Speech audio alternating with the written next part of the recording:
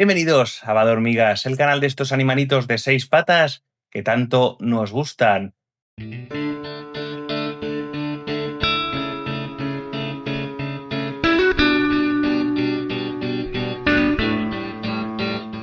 el capítulo anterior viajamos hasta las Islas Canarias para conocer una de las hormigas más singulares de nuestro país. Descubrimos que Mesor minor hesperius no vive en ningún otro lugar del planeta y entendimos por qué su existencia está íntimamente ligada a la historia geológica del archipiélago. Pero todo aquello lo vimos desde fuera. Observamos el paisaje desde los volcanes hasta los cardonales, los tabaibales, los terrenos donde esta especie encuentra su hogar. Sin embargo, la verdadera historia comienza cuando dejamos de mirar la superficie, porque bajo nuestros pies se esconde una ciudad sin calles, sin ventanas, sin electricidad y sin planos, y aún así capaz de funcionar con una precisión que sorprendería a cualquier ingeniero. Hoy vamos a entrar en ella. Hoy vamos a descubrir cómo vive una colonia de Mesor minor hesperius. Amanece en las islas, el sol comienza a calentar el suelo volcánico. Durante la noche la temperatura ha descendido lo suficiente como para que la actividad en el exterior prácticamente desaparezca, pero bajo la tierra nunca ha existido el silencio. Mientras nosotros dormíamos, cientos de obreras continuaban trabajando, algunas reorganizando las cámaras donde se almacenan semillas, otras limpiando galerías, otras atendiendo a las larvas que nunca dejan de crecer. Una colonia nunca duerme de forma completa, siempre hay alguien trabajando y cuando las primeras condiciones del día resultan favorables, empiezan a aparecer las exploradoras, primero una, pues otra.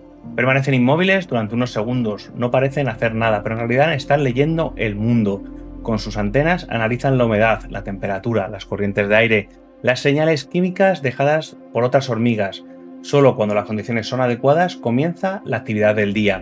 No existe un reloj, no existe una orden, simplemente miles de pequeños estímulos que desencadenan exactamente la misma respuesta.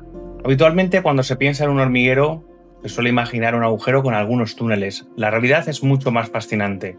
Una colonia madura se parece más a una ciudad subterránea. Cada cámara tiene su función.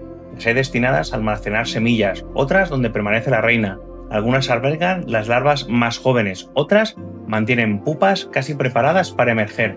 Existen incluso zonas destinadas a acumular residuos, no porque alguien haya diseñado el plano, sino porque millones de años de evolución han favorecido organizaciones que funcionan. Cada galería mejora la ventilación, cada cámara mantiene unas condiciones ligeramente distintas. La colonia utiliza el propio suelo como una herramienta para regular temperatura y humedad. Es arquitectura biológica. Ahora vamos a hablar de la reina, porque cuando hablamos de una reina es fácil, en el imaginario popular, imaginar un palacio y un ejército de súbditos obedeciendo sus órdenes, pero las hormigas, por suerte, no funcionan así.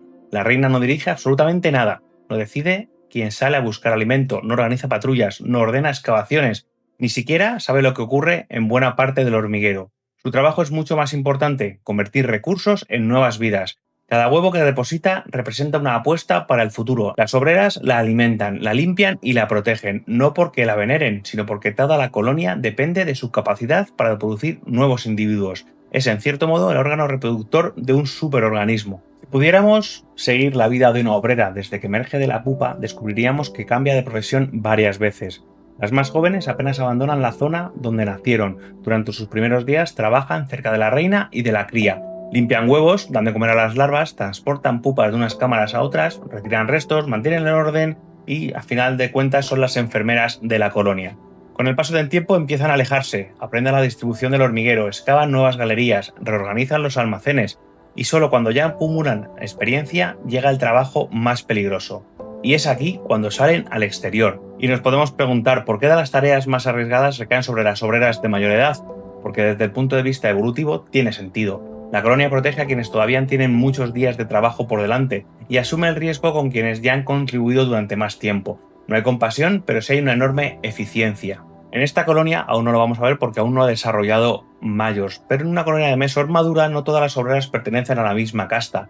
Algunas poseen cabezas enormes, mandíbulas capaces de partir semillas extremadamente duras, otras son mucho más pequeñas y ágiles. Esto es el polimorfismo. Cada tamaño responde a una necesidad. Las obreras pequeñas destacan en trabajos delicados, las mayores aportan fuerza. Durante años se las llamó soldados, pero esta definición resulta demasiado simple. Sí, evidentemente pueden defender el hormiguero, pero también participan en la trituración de semillas, el transporte de cargas pesadas y otras tareas donde la potencia resulta esencial. La colonia no fabrica soldados, fabrica especialistas. Si de repente pudiéramos percibir el mundo como lo hacen las hormigas, probablemente dejaríamos de reconocer nuestro propio jardín. Todo estaría cubierto por señales químicas, cada paso, cada piedra, cada entrada al hormiguero, cada semilla. Todo desprende información. Las antenas recorren continuamente el suelo y el cuerpo de otras hormigas. Una simple caricia antenal puede revelar la identidad de una compañera, si ha encontrado alimento o incluso cuál es su estado fisiológico. Cuando una exploradora descubre una fuente abundante de semillas, puede dejar un rastro químico que otras obreras seguirán con precisión.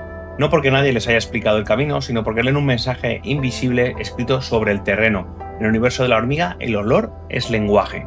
Para mí y para prácticamente la totalidad de los aficionados al género Mesor, uno de los espectáculos más fascinantes de una colonia de este género comienza cuando las recolectoras encuentran comida y regresan al nido. Cada una transporta una semilla, a veces diminuta, a veces sorprendentemente grande. Las depositan en el interior y entonces empieza un trabajo del que casi nunca somos testigos. Las semillas no se amontonan al azar, se seleccionan, se redistribuyen, se trasladan de una cámara a otra dependiendo de la humedad, porque un exceso de agua puede hacerlas germinar, y una semilla germinada deja de ser una reserva útil.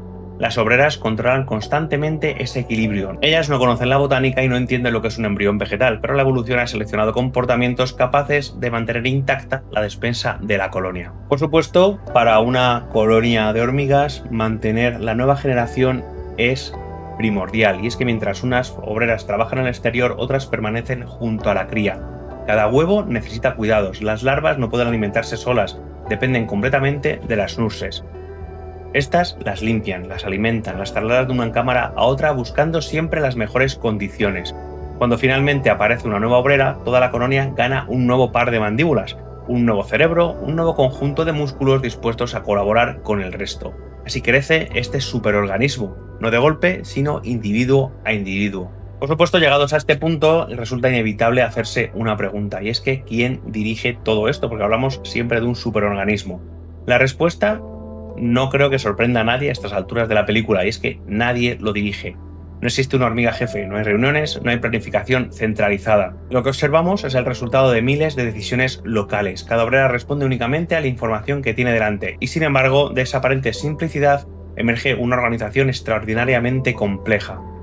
Este es uno de los mejores ejemplos de inteligencia colectiva de toda la naturaleza, y quizás también una de las lecciones más fascinantes que las hormigas pueden enseñarnos. Hoy hemos recorrido las galerías de una colonia ya en vías de establecerse, hemos conocido sus habitantes, hemos visto cómo se organizan, cómo trabajan, cómo se comunican y cómo miles de individuos, decenas en nuestro caso, consiguen funcionar como si fuera uno solo. Pero toda ciudad tiene un origen. Hubo un momento en el que este inmenso hormiguero no existía, solo había una reina, un vuelo y una oportunidad. En el próximo capítulo acompañaremos a esa reina desde el instante en que abandona su colonia natal hasta la fundación de un nuevo hormiguero, porque toda gran historia comienza por un primer paso, o en este caso, por un primer vuelo. Muchísimas gracias a todos y a todas los que habéis llegado hasta aquí en este fascinante paseo por una colonia de Mesorminos Sperius. Espero que os haya gustado, que os haya parecido interesante. Dejadme en comentarios qué os ha parecido, dejadme un like, compartirlo con vuestra gente el vídeo y por supuesto nos vemos en el próximo vídeo. Chao.